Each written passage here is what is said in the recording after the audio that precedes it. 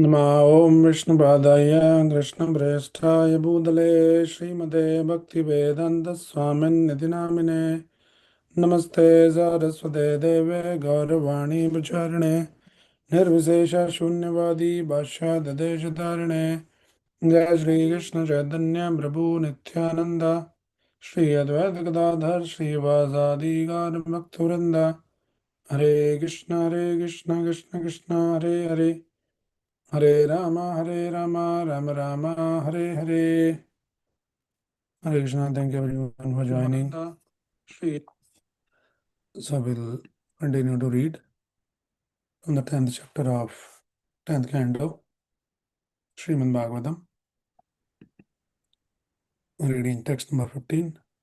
Daridro nirham stambho mukta sarvamaderiha prashram yadrachaya apnoti taddhi tash param daba. Translation and purport by His Divine Grace as Bhaktivedanta Swami Srila Prabhupada. A poverty-stricken man must automatically undergo austerities and penances because he does not have the wealth to possess anything. Thus his false prestige is vanquished, always in need of food, shelter, and clothing. He must be satisfied with what is obtained by the mercy of Providence. Undergoing such compulsory austerities is good for him because this purifies him and completely frees him from false ego. Purport. Saintly person voluntarily accepts his state of poverty just to become free from material false prestige. Many great kings left their princely standard of living and went to the forest to practice austerity according to Vedic culture just to become purified. But if one who cannot voluntarily accept such austerity is put into a situation of poverty, he automatically must practice austerity. Austerity is good for everyone because it frees one from material conditions. Therefore, if one is very much proud of his material position, putting him into poverty is the best way to rectify his foolishness. Daridra dosha gunarashi nashi. When a person is poverty stricken, naturally his false pride in aristocracy, wealth, education, and beauty is smashed. Thus corrected, he is in the right position for liberation.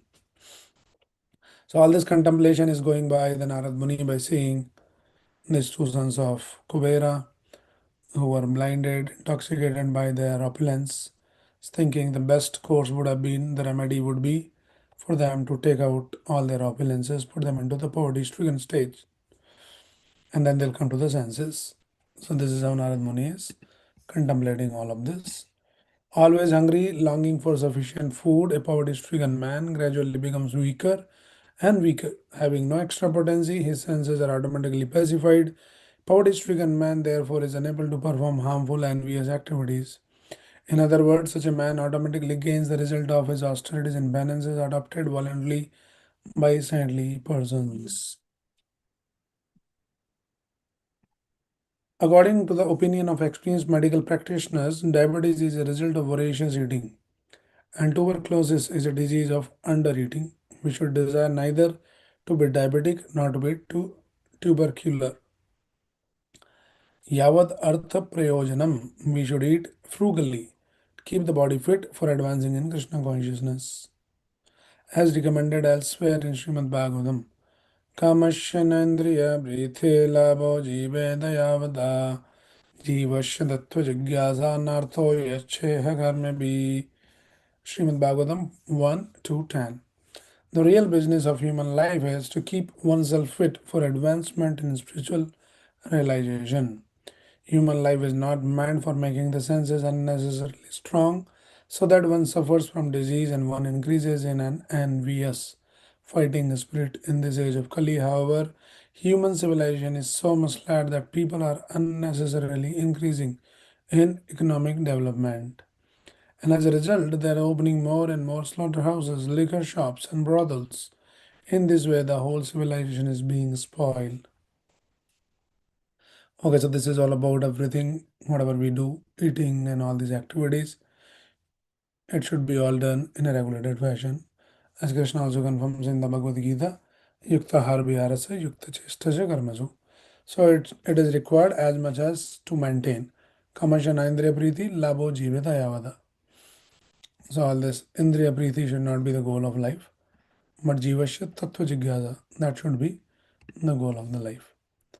Okay, so like that. दरिद्रश्येव युज्यन्ते साधवा समदर्शिना सद्भीषिणोदितं तर्षं तदा आराद्विशोध्यति. Saintly persons may freely associate with those who are poverty stricken, but not with those who are rich. A poverty stricken man, by association with saintly persons, very soon becomes uninterested in material desires, and the dirty things within the core of his heart are cleansed away. So this is the one of the great benediction of being little poor. The saintly people, the sadhus, they generally keep distance from the rich people, aristocratic people. But with poor people, poverty-stricken people, they can associate, and when they associate with them, that can bring a great good to them. So this is a great blessing actually. Sometime, being little poor. It is said, "Mahat vichalanam nrinam grahinam dinachetasam." Bhagavatam 10.8.4. The only business of a saintly person or sannyasi, person in the renounced order, is to preach Krishna consciousness.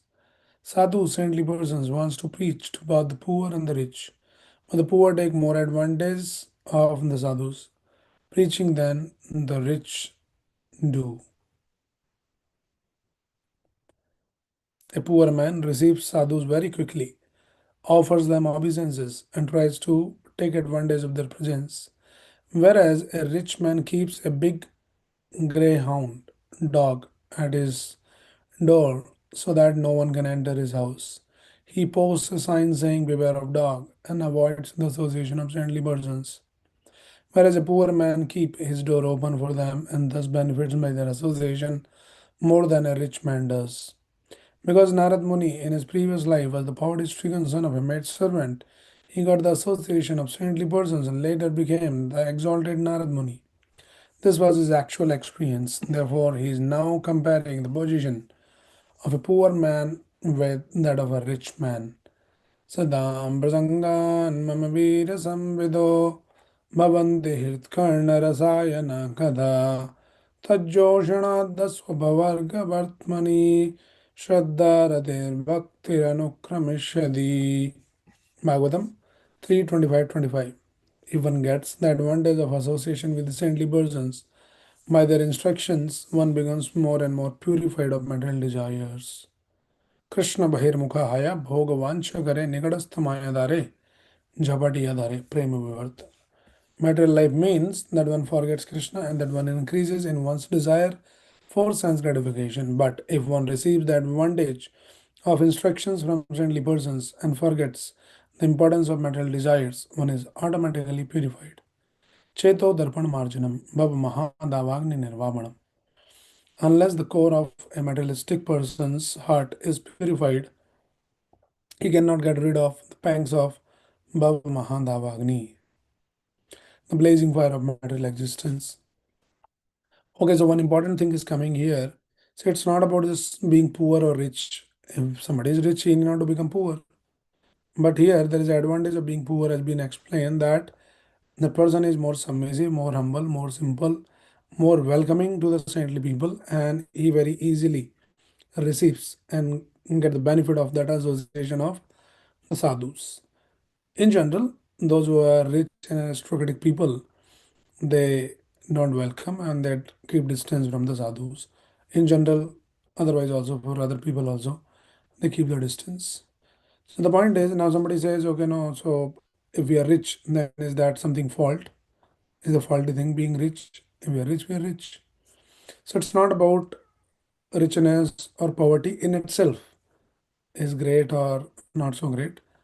But the idea is that how to associate with the saintly people more and more. If a rich person is ready to associate, take guidance, take some inspiration, their association of devotees and Vaishnavas, then that is a great thing. That materially also they are very blessed, and spiritually also they will be blessed if they associate with the sadhus, for rich person. So that is an important thing. So our richness or wealth or opulences or possession should not come in between our association with the sadhus, with the saintly people, with the Vaishnavas. That's the point here. So, in that case, Narad Muni is considering here that when they will lose the opulence, then probably they'll come to the senses and they'll be more receptive to a sadhu.